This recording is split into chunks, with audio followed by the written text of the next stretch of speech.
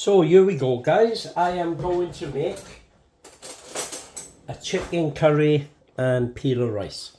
So first off, I'm going to marinate the chicken with Greek yogurt and curry powder. I found a new love for Greek yogurt lately. Don't ask me why, I just have.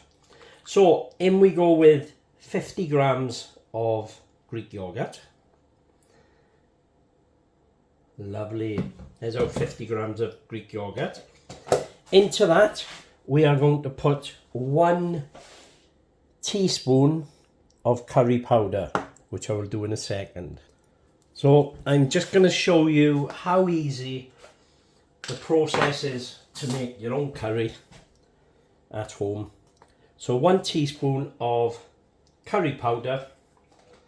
That is medium. It's entirely up to you how hot you have it. So I'm going to move this over and I'm going to mix that together. Lovely. So this is just Greek yogurt and curry powder. Oh my god, and already the smell is insane. Just what we wanted. So this recipe does call for chicken thighs, but I've started using these chicken breast fillets lately, and as you can see, I am cutting on a red board, which is the proper one for meat. I'm just going to cut these in half. I'm not going to dice them up any smaller and chuck them in with the curry paste and the yogurt. So all I'm doing is cutting these in half, pop them in there, and when we marinate, all we're doing is letting all the flavours infuse into the meat. So we'll move that out of the way. Let's mix all this up with the yogurt and the curry paste. And it's not cooked, but that looks good enough to eat already, I've got to be honest. So that is the first stage, guys. And what I'm going to do, I'm going to wash my hands first. Let's take that curry paste out of there. I'm going to pop and wash my hands before I do any more. There you go, guys. So the chicken is in with, oh god, it smells gorgeous. In with the Greek yogurt, the curry paste. I'm just going to put one of these convenient little plastic covers over. It's like a hairnet, isn't it? But it's far easier than the days of cling film. So you can just take it off and reuse it. So I'm going to pop this in the fridge now, and I'm going to get the other ingredients ready. So as you can see, I've changed chopping boards now. It's the white one. I'm going to get everything ready, all the ingredients, pop them into little bowls and put covers on them, because that way everything is ready and cut and we don't have to mess about with anything later on. Keith's going to show you how to expertly peel an onion. Not. So this is how I was taught. Cut the onion in half. Slice down like that. Hope you're seeing this. Then very carefully, watch your fingers, cut in there like so, and one more.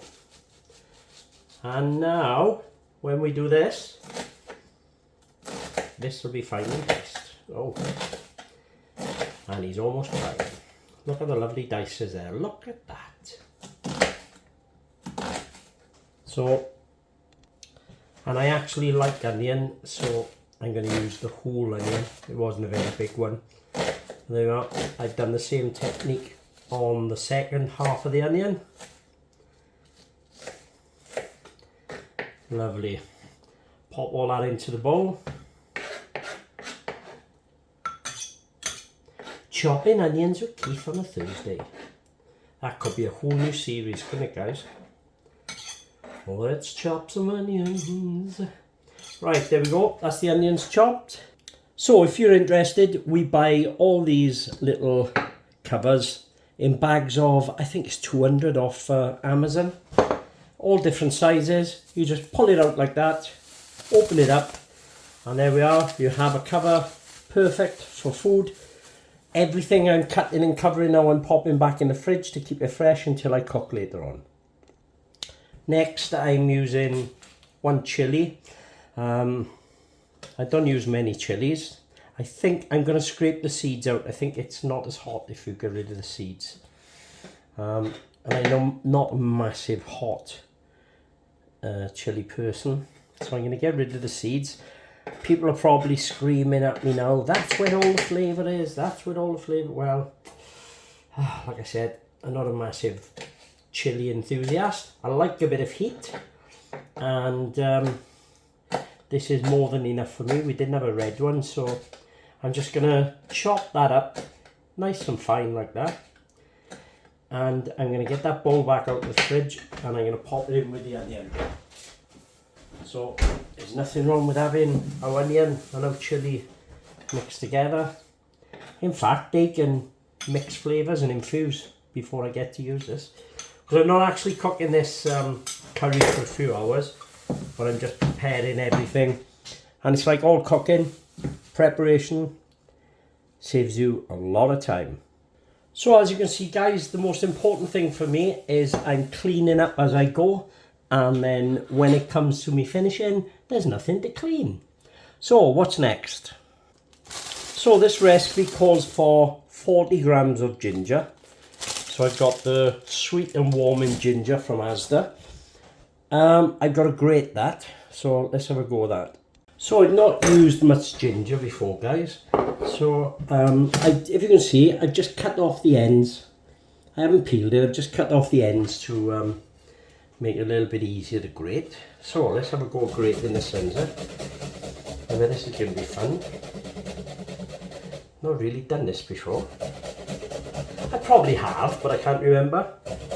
Oh wow, that ginger smells superb. Oh nice. Right. Feel I'm going to enjoy doing this. Let's have a look. Oh yeah, look at all that ginger coming out there. So this was just over 40 grams. So I'm going to make sure I grate all this with this microplane. It's actually breaking as I'm doing it. So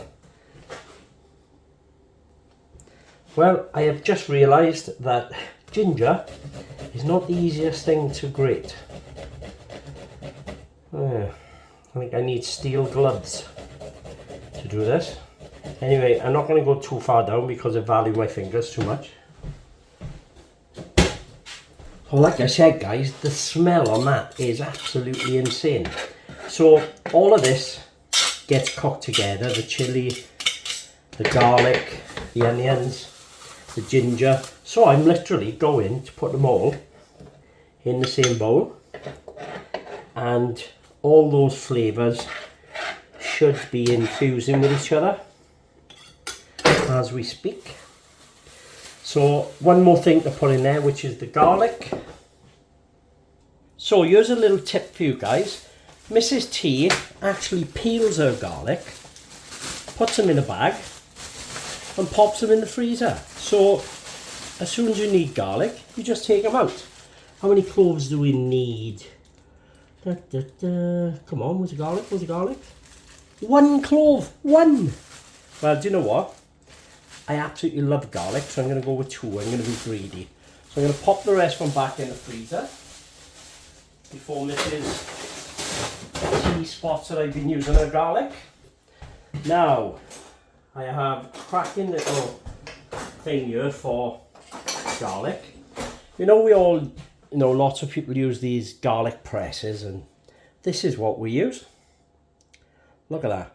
That is awesome for garlic. Now this garlic is frozen, right? So all I'm doing is pushing down on it, rolling it like that, and hey presto, he says. Just going to open this up again. There is the garlic. All there, just waiting to be scraped off. How easy was that, guys? I'm going to do it with the next one. Because it's frozen, it takes a bit of strength, but it's probably easier if it wasn't. But yeah, you can just let the garlic defrost for a little bit if you like. I haven't bothered. So look at that. Look at all that garlic I got out of one clove. Oh, and again, my God, I love garlic. So, in that little bowl, we have, let's have a recap. We have onion, we have ginger, we have garlic, and there's something green. Oh yeah, the chilli, green chilli. So all that is in there, ready and prepared, ready for our cooking. So what do we need next, guys? We need 200 grams of chopped tomatoes. I just picked up a little tin of chopped tomatoes. It's something like 227 grams of chopped tomatoes. But honestly, we're not going to worry there's a couple of grams over. Oh, nice. Anybody like tinned tomatoes on toast like me? Lots of people, especially my wife, doesn't like tinned tomatoes on toast. Now I could eat that on toast. I really could. So we're going back in with another little cover, guys. Let's pick a red one, red for tomatoes. I think the different colours indicate different sizes, but as you can see, they all just fit. You know, they're bigger than they should be. But so there's the tomatoes, guys. What's next on our list? So next on our list, guys, you cannot make a curry without coconut milk. So we want 100 millilitres of coconut milk. There we go. That's 100 millilitres. What am I going to do with the rest, you say? One of these handy little containers. We're going to pop it into there. There you go. And pop that in the fridge. And Mrs. T can use that for her cooking. Handy little containers, guys. So don't forget to wash those containers out and recycle them, guys. So we have 100 millilitres of coconut milk. So I'm going to cover this over. I'm going to put this coconut milk and the tomatoes in the fridge. Right, guys, so there are just 3 things left for my curry. One is tomato paste. Is it? Yeah, let me see it. Just check. Yep. Tomato puree, sorry, not paste. Tomato puree, which I will use that straight out the tube when I'm cooking. I'm just going to check I've got it. Check, there it is. Woohoo! So we got the tomato puree. We've got, for garnish, the coriander. Oh yes, freshly bought in Asda just now. Look, it's so fresh, it's still moving. There's a coriander. It says flaked almonds. I'm going to put some almond, not the flaked almonds, the other stuff, the ground almond. I'm going to put ground almond in just for taste because I'm not a fan of flaked almonds. And salt and pepper and olive oil, and that's it, guys. So we have literally got those ready there. Everything else is on the shelf. There's the chicken marinating, there's the coconut milk, there's everything else, the onions and everything, there's the tomatoes. And yeah, that is everything ready.